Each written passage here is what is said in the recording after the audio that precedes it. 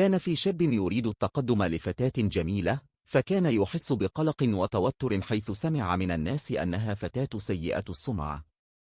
التقى الرجل بشيخ فسأله: ما أخبار الفتاة؟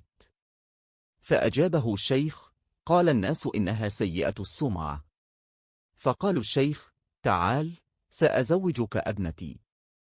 تبع الرجل الشيخ إلى بيته، حيث دخل وسأل زوجة الشيخ: أين بناتك؟ فأجابت: ليس لدي بنات، لأني لا أنجب.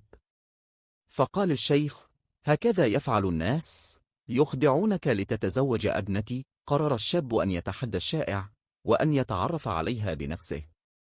فسار إلى المكان الذي يتوقع أن تجده فيها، وبعد تعارف طويل وحديث صادق، تبين له أن ما كان يتداول عنها من شائعات لم يكن صحيحا.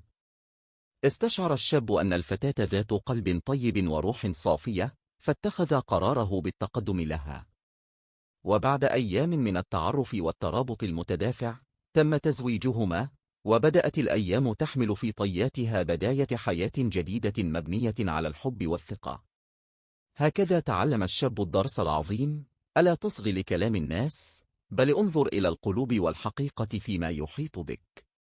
إذا أعجبتك القصة، لا تنسى الضغط على زر الإعجاب والاشتراك في القناة، مع تفعيل زر الجرس ليصلك كل جديد.